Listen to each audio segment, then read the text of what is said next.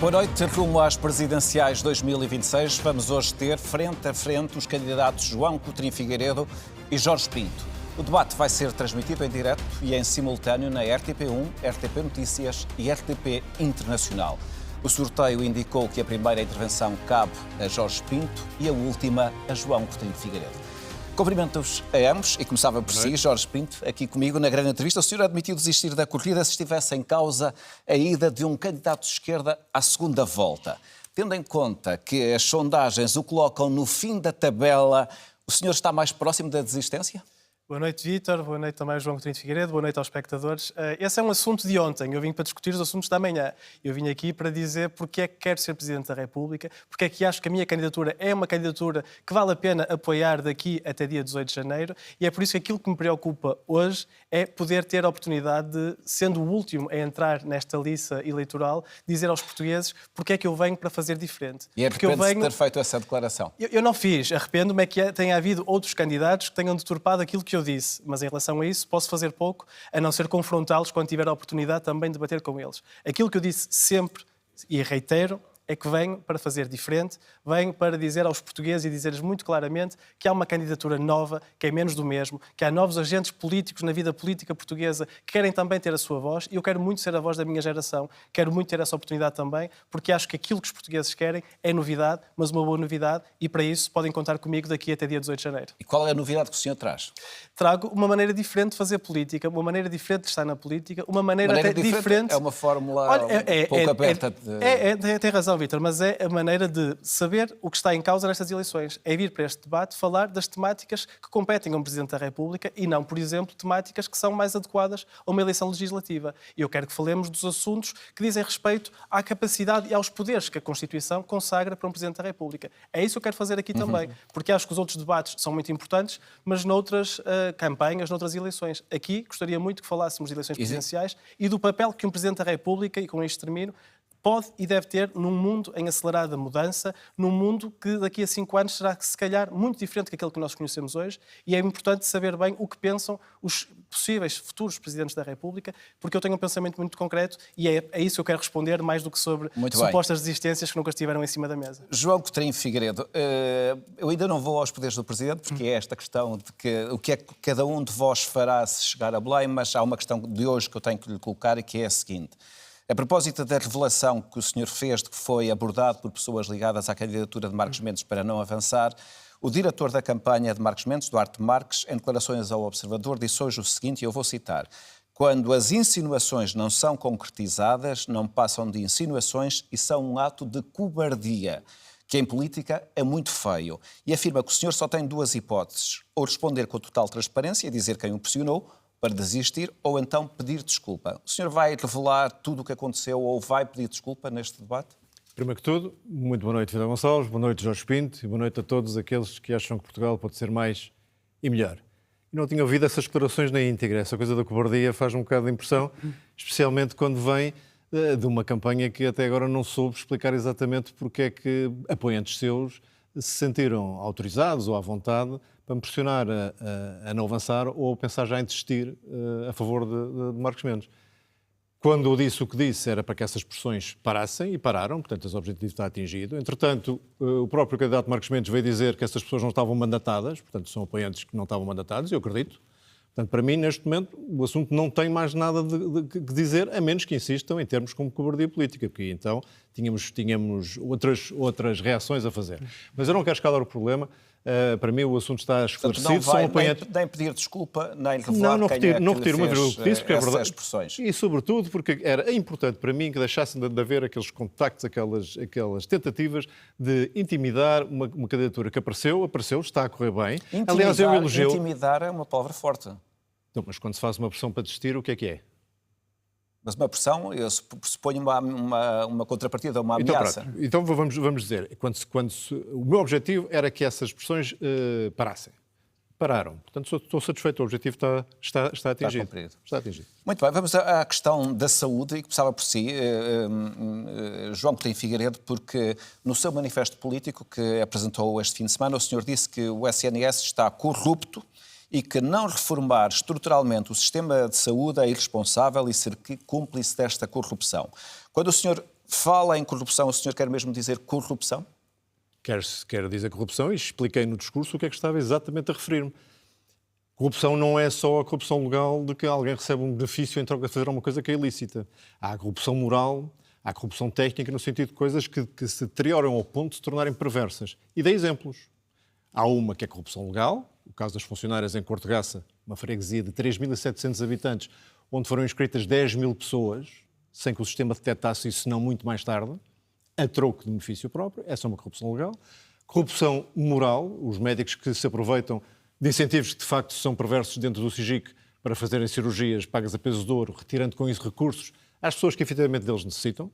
E há a corrupção que eu vou chamar-lhe quase tipo técnico, também de total desleixo, quando há uma médica que receita 65 mil receitas, não são 200, nem 300, nem 100 mil, são 65 mil receitas de um medicamento antidiabético, lesando o Estado, nem fiz as contas, mas certamente tem muitos milhares de euros, não sei se milhões de euros. Lesando os diabéticos que necessitam do medicamento, não é? E fazendo com que ele falta aos que efetivamente precisam.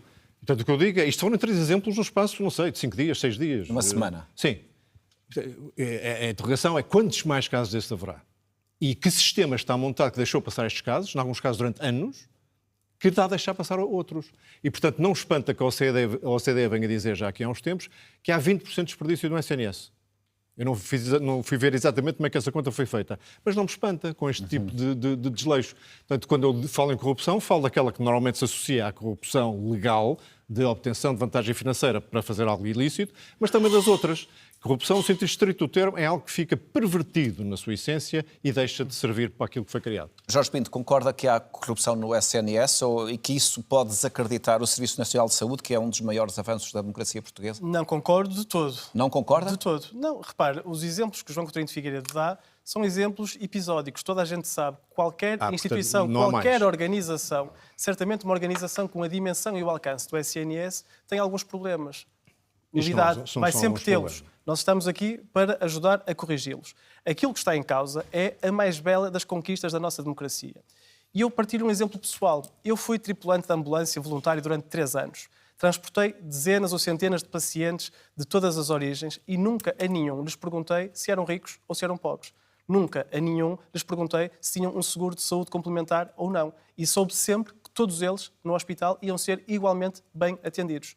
É isto que é o nosso SNS. E é isto que está a ser ameaçado e é precisamente a isto que nós temos de saber dar as condições para que se mantenha e continue a ser o SNS que nós todos tivemos ao longo dos últimos anos. Mas não acha que, tendo em conta a descrição, os relatos que o João Coutinho de Figueiredo fez, é necessária alguma intervenção em termos de gestão e de organização para evitar os casos que acontecem? O que eu acho, e mantendo-me fiel àquilo que eu disse, que são as competências de um Presidente da República, é que um Presidente da República pode ser muito claro em relação àquilo que quer para o seu sistema e Serviço Nacional de Saúde.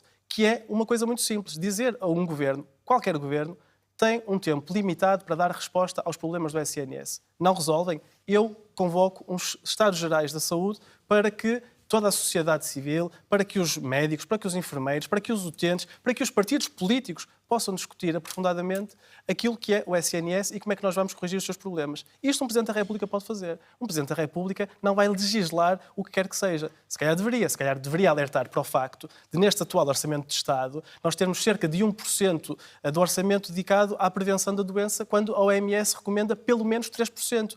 Pode alertar para isto, não vai legislar. Esta é a competência do Presidente da República. E eu, quando for Presidente da República, aquilo que farei é não deixar de falar da importância do SNS e de como quer mobilizar a sociedade e todos os intervenientes do SNS para que os problemas que têm sejam resolvidos. E eu não acho que nós resolvamos os problemas dizendo que o SNS é corrupto.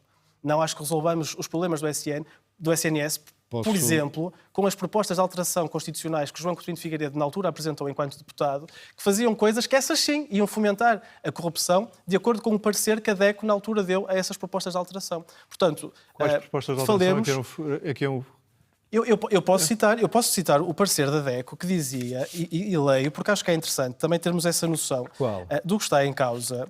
Dê-me só um segundo que eu leio com todo o gosto. Diz algo como, peço desculpa, porque eu quero mesmo ler para não citar erradamente. Diz assim o parecer da DECO e passo a citar. A verdade é que a entidade reguladora da saúde embora conhecesse um reforço de funções de fiscalização, nomeadamente na área financeira, e cito a parte importante, veria diminuído o âmbito de atividades económicos objeto de regulação e fiscalização e perderia então atribuições em matéria de supervisão. Isto é o parecer da insuspeita DECO. Portanto, acho que é importante Vitor, eu preciso responder aqui uma série de presente nesta discussão. É que realmente Vou dar a palavra. Foi um churrilho, desculpe que lhe diga. Não, foi Primeiro, não. acha que não se resolve os problemas da SNS chamando a atenção para os seus problemmas. Resolve-se dizendo que é mais bela a conquista Eu acho de que é Abril. alertando para os problemas Isso é reais. ofensivo, isso é Acho que é para os ofensivo problemas para as reais. pessoas. É ofensivo para as pessoas que estão, em muitos casos, há meses e meses à espera de consulta ou Há de demasiados cirurgia. meses, sei bem. Portanto, isso não interessa nada. Interessa. Portanto, é mais bela... Mas não foi disso que João Coutinho Figueiredo falou. Não, porque, Não, nem porque é um agora na debate sua de 15 intervenção minutos, mas inicial. eu podia estar aqui, infelizmente, Jorge Pinto, eu podia estar aqui O problema são horas as suas a fio, prioridades, horas a está fio. claro. Tanto assim foi que eu sou o único candidato que apresentou uma lei de bases. Também me quer dar documento?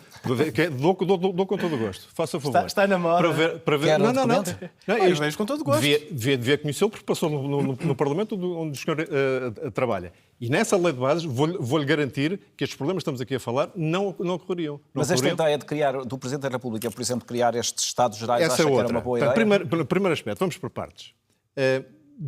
Ignorar os problemas do SNS é a pior maneira de os resolver. Não sou certamente eu que o faço. Não sou certamente acabou de eu dizer que que é a os melhor ignoro. conquista, como se fosse a única coisa que interessasse e que tivesse de manter este sistema para sempre.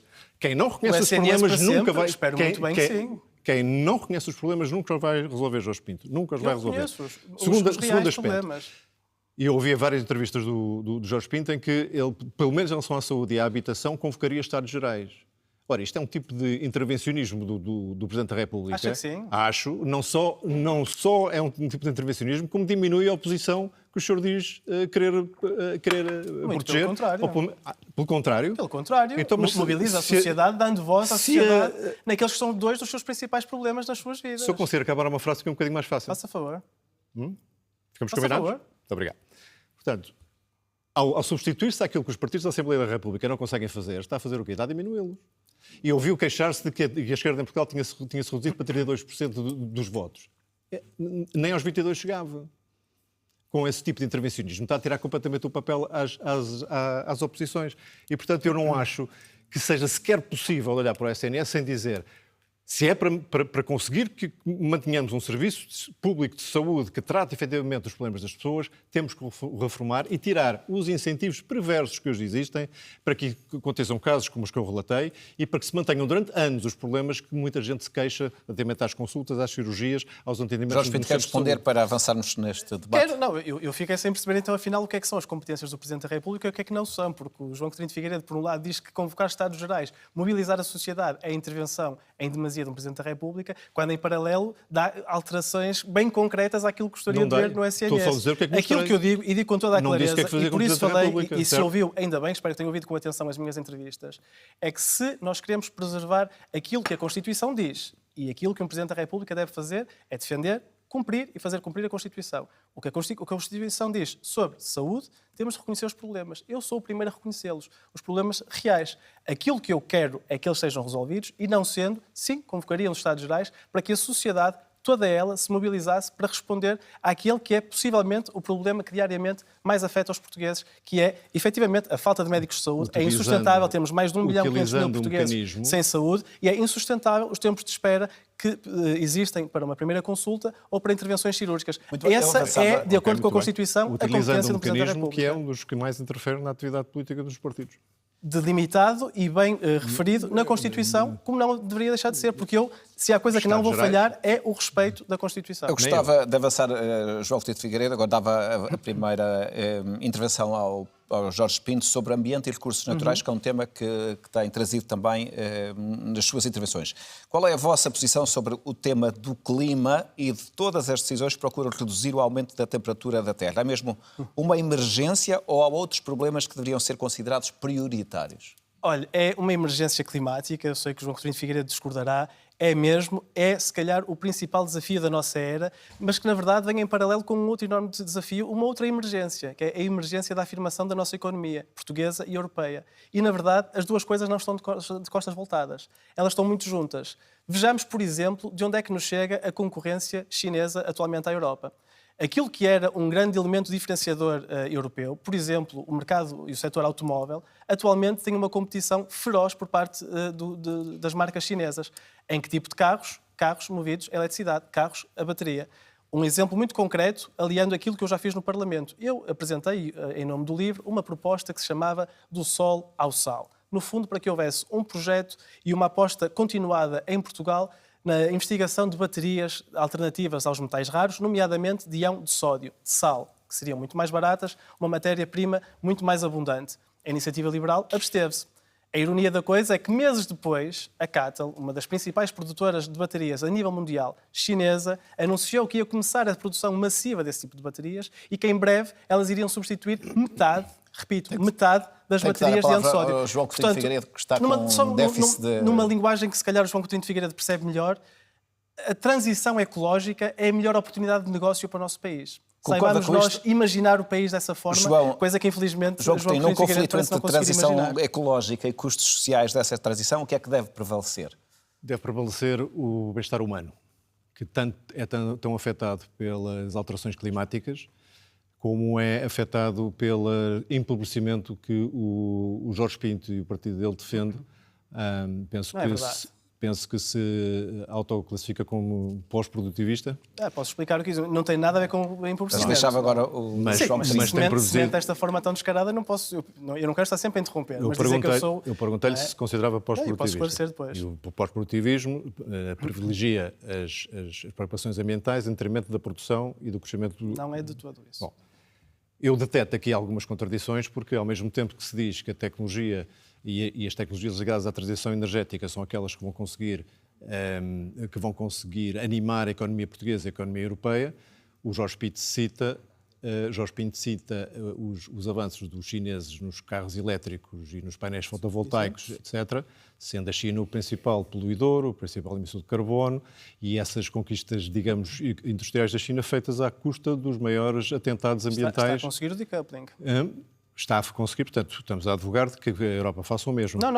Passa a fazer aquilo que a China fez, admitindo crimes ambientais brutais, a troco de eficiência industrial. Não é dizer isso. Portanto, eu acho... Não podem então aceitar a China como um grande caso de sucesso, porque foi feita à custa desses crimes ambientais.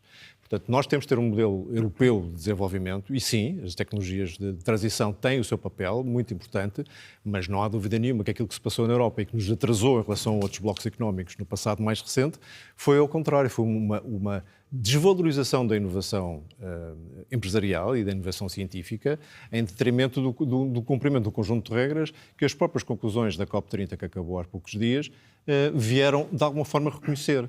Ao dar muito mais importância à adaptação do que à mitigação, ao dar muito mais financiamento aos esforços de adaptação do que aos esforços de redução de emissões, percebendo que aquilo que estava a acontecer não era sustentável do ponto de vista do bem-estar humano. A resposta à sua pergunta, Vítor, é muito simples e é esta.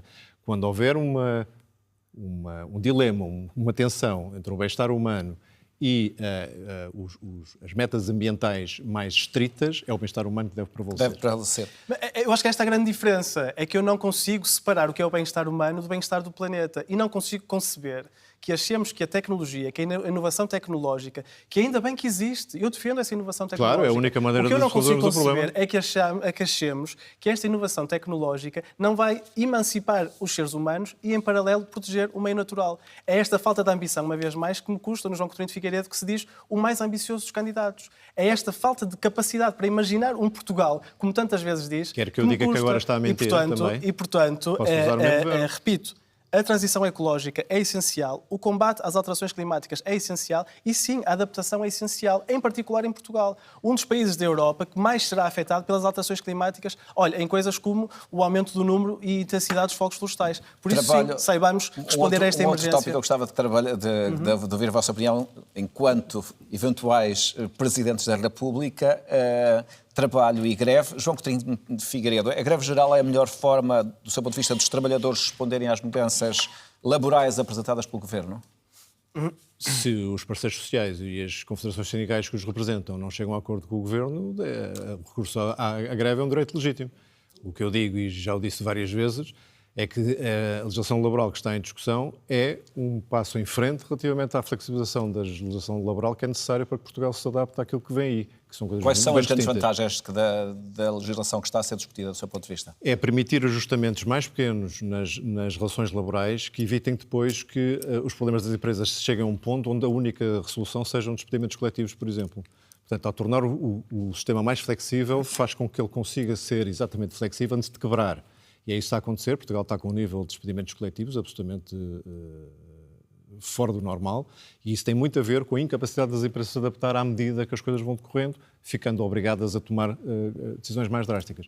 Eu não acho que este seja um pacote laboral perfeito, e acho ainda que há negociações que estão a decorrer que podem ainda conduzir a melhor equilíbrio, mas no seu global é uma alteração que é necessária. Aliás, Portugal tem simultaneamente umas legislações laborais mais rígidas e uma das taxas de precariedade dos contratos mais elevadas. Portanto, não é certamente a rigidez que tem impedido a existência de contratos precários, em boa parte vindos do próprio Estado, que também é prevaricador nessa matéria. E basta ver para onde é que as pessoas que têm necessidade de procurar outra vida e têm que sair de Portugal para o fazer, não vão para jurisdições com legislação laboral menos flexível que a portuguesa, vão para mais flexível que a portuguesa, com salários também correspondentemente mais altos.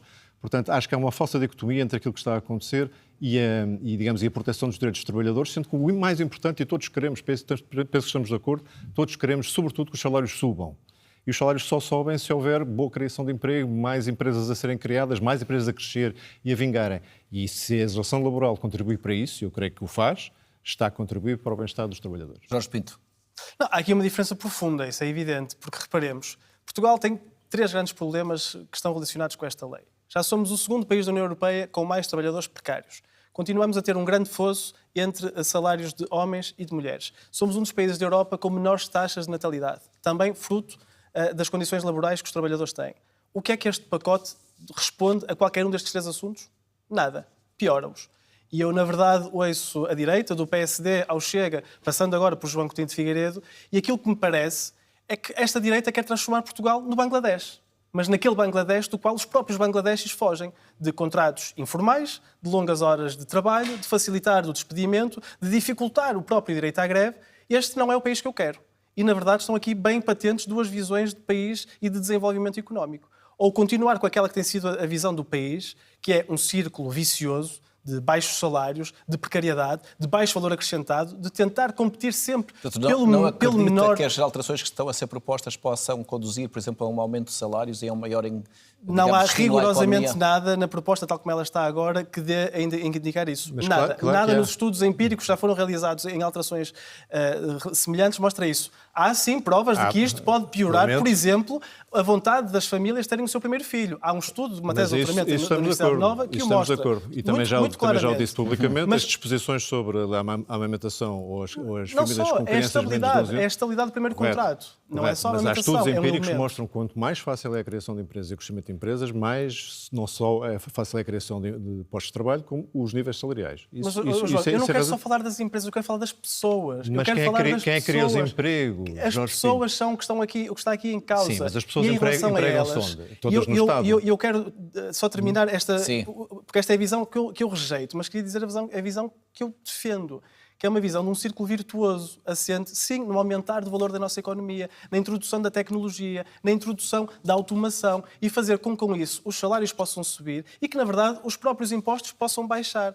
Este é o país no qual eu acredito e sei que é possível construir. O que está em cima da mesa não é rigorosamente nada disso. E, na verdade, custa-me muito mesmo, e o João Coutinho de Figueiredo voltou a dizê-lo aqui hoje, que achemos que trazer a inovação, que a economia do futuro, que aquilo que vai, na teoria, emancipar os seres humanos, aquilo que faz na prática é retirar-nos direitos. Algo está errado com essa tecnologia. E, na verdade, a história mostra que nós podemos ter mais salários, melhores condições, mais direitos dos trabalhadores, enquanto inovamos tecnologicamente. É este o exemplo que eu quero seguir. Não quero que as duas coisas sejam separadas. Acontece que a legislação laboral que está em vigor foi ou rígida como é agora, ou ainda mais rígida no passado. E não chegámos lá.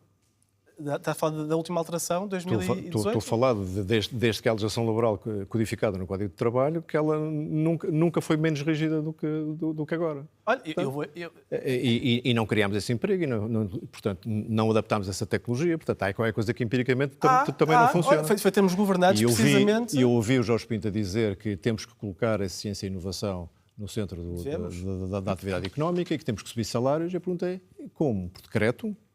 Não é por outra ainda investimento. Basta ver, perguntar, é um exercício que eu sugiro, perguntar às empresas que ponderaram investir em Portugal e acabaram por não fazer, porque é que não o fizeram? E uma das razões vai ser a legislação laboral, a outra a burocracia excessiva, a outra a justiça lenta e o outro a carga fiscal. São sempre as mesmas, há décadas. E se não tivermos a capacidade de atrair esse investimento, já que não temos capacidade interna de investimento portuguesa suficiente, infelizmente, porque não o acumulámos no passado, não vamos conseguir fazer essa tal centragem na inovação e na ciência. Não vamos. E sem esses empregos, com esse teor de conhecimento e com essa inovação, vai ser impossível pagar-se salários muito substancialmente superiores a estes. Jorge Pinto, eu gostava nós temos 4 minutos e meio e eu gostava de introduzir 2 temas. E um foi trazido justamente por si. O senhor responsabilizou Marcelo Rebelo de Sousa pelos chamados miniciclos que provocaram instabilidade política, conduziram a eleições e pelo ambiente que, no seu entender, permitiu a emergência da extrema-direita. Quer explicar como é que chega à responsabilização do atual Presidente da República na subida do Chega? Sim, só em 30 segundos para dizer como é que este modelo de economia se consegue e qual é que é o papel de um Presidente da República, porque, uma vez mais, não é legislar. Mas aquilo que essas empresas que poderiam e bem investir aqui em Portugal na transição tecnológica e ecológica, o que elas procuram não é menos meio ponto percentual de IRC. O que elas procuram é estabilidade das políticas. Elas procuram previsibilidade e apoio por parte do Estado português. E era isso que eu gostaria que lhes fosse dado. Não está bem informado sobre as razões pelas quais nós temos mais informação. São dados sintéticos e empíricos. Basta ver qual é que era a presença da extrema-direita no Parlamento português quando Marcelo Rebelo de Sousa tomou posse e qual é que é agora. Mas basta ver a cada eleição... estabelece essa correlação com o Presidente da República? Não, porque foi ele que deu asa que houvesse um novo ato eleitoral. E porquê? Porque o próprio se colocou numa má posição negocial ao dizer que demitiria e dissolveria a Assembleia da República em determinadas condições. E isso contribuiu para a subida do Chega? Isso contribuiu para a queda da Assembleia da República, evidentemente, porque foi o próprio que dissolveu por vontade própria, e isso teve o reflexo de, a cada nova eleição, haver esse crescimento. Portanto, foi, e será certamente o grande legado de Marcelo Rebelo de Sousa, foi não ter sabido colocar-se a ele próprio numa boa posição negocial, tendo preferido o contrário, e colocado Portugal perante estes miniciclos, o que também são uma das razões pelas quais muitos portugueses estão hoje cansados com a vida política, com os agentes políticos, e aos quais nós também, enquanto candidatos a Presidente da República, devemos dar resposta. E é também para isso que eu aqui estou. João Coutinho Figueiredo, sobre esta questão dos miniciclos e a eventual responsabilidade do Presidente da República. Tenho uma explicação diferente e tem a ver com o sectarismo que também aqui deu provas o Jorge Pinto. Porque diz coisas do género: eu quero dirigir-me ao eleitorado do Chega, porque esse eleitorado até há pouco tempo votava até noutros partidos. E ao seu também. Até à esquerda. E ao seu também. Eu tenho recebido muitas missivas de eleitores do LIVRE que estão com a minha candidatura, mas não se assustem. E veremos depois deste debate como é que vai esse balanço. E sei que essas... Agora perdi-me aqui neste... Estávamos a falar da questão dos miniciclos e do papel que o Presidente da República teve... Não, que se dirigia ao eleitorado do Chega, porque esse há pouco tempo votava em partidos à esquerda, mas que não estava interessado em contar com apoios de passistas, porque essas eram pessoas que já tinham desistido do país e não estavam interessados neles. Eu recordo que houve cerca de 2 milhões de pessoas a votarem em Pedro Passos Coelho na altura. Portanto, olhar para 2 milhões de portugueses e dizer estes não quero porque já desistiram do país, eu não me importava nada que todos os que votaram em Pedro Passos Coelho votassem em mim, nada, e digo já. E isso teria até com grande orgulho. E depois, porque quando ouvi o Jorge Pinto dizer que a revisão constitucional a acontecer e se chegasse ao Palácio de Belém com o Jorge Pinto como Presidente, coisa que evidentemente não irá acontecer. Diga lá. Mas que dissolveria a Assembleia se essa revisão fosse drástica. E não descreveu exatamente o que era drástica. Não disse isso. Não descreveu exatamente o que era drástica, era uma apreciação sua, era bom clarificar e que ficasse claro já fiz na grande entrevista, fiz aqui com o Vítor Gonçalves. E depois diz que basta consultar o Conselho de Estado se lhe tiver para aí virado nesse dia, e é uma coisa absolutamente ligeira. Eu pergunto, se convocar eleições na sequência dessa revisão constitucional e a mesma maioria for confirmada, o que é que faz? Demite-se, não? Eu já respondi isso. Nós estamos mesmo no final do Mas Vítor, debate. eu tenho um bocadinho menos de tempo, se puder, em 10 segundos. Pouco, a diferença eu levo é essa. muito a sério o juramento que o Presidente da República faz. Eu levo muito a sério aquilo que é uma eventual revisão constitucional. E eu percebo que o João Coutinho de Figueiredo, imediatamente depois destas eleições, tenha pedido que essa revisão fosse feita só à direita. Eu? Percebo. Disse-o. E aquilo que eu quero dizer, e disse com toda a clareza, eu achava que era, é que uma vindo da Amarante e da terra de Agostina e da Amadeu, achava que era mais honesto. Eu falei de revisão constitucional. Uma dissolução da Assembleia da República não é nunca uma sanção a qualquer governo. É, na verdade, uma mensagem que o Presidente da República dá aos portugueses que o elegeram. Está a tentar referendar a Constituição, coisa que não é permitida. Referendar uma revisão constitucional não é permitida. Não estou nada. Vai-me dizer a mim que não é. Tenho uma última pergunta, porque o nosso tempo terminou mesmo. Mas é importante esclarecer isto, porque eu até, e o Vítor não me deixa mentir, porque esclareci junto de si tudo aquilo que era, na meu entender, uma revisão drástica da Constituição. E a última palavra será do João Coutinho de Figueiredo, e esta, na política umas vezes ganha-se, outras vezes perde-se. Como é que os senhores lidam com a derrota? Veremos. Repare, tenho boas referências políticas. Mas estou a dizer, que só conseguiram... nestas eleições em concreto. Que se ingraram depois de várias eleições perdidas. Muitos grandes líderes mundiais só se ingraram depois de perder eleições. Aquilo que me parece absolutamente essencial é que nos mantenhamos firmes e fiéis àquilo que acreditamos. Se o fazemos, se conseguimos passar a nossa mensagem, nunca somos derrotados, somos sempre vencedores, independentemente dos resultados. Mas dito isto, eu quero ter um excelente resultado e quero mesmo ser a surpresa nesta primeira volta. A minha pergunta não insinuava nenhuma resposta, nenhum resultado derrota futuro. iminente. João, não. Infelizmente tenho uma vida suficientemente longa para já ter ganho e perdido muitas vezes. Eu acho que conta é o número de vezes que nos levantamos, que seja pelo menos uma vez mais do que o número de vezes que caímos. Lido muito bem com isso e tento, obviamente, retirar ensinamentos e aprendizagens das derrotas que vão ocorrendo ao longo da vida. João Coutinho de Figueiredo e Jorge Pinto, muito obrigado por terem participado esta noite neste debate na RTP. O próximo debate vai ser na próxima quinta-feira. Estarão frente a frente António José Seguro e João Coutinho de Figueiredo, que regressa para a terceira vez a um debate na RTP.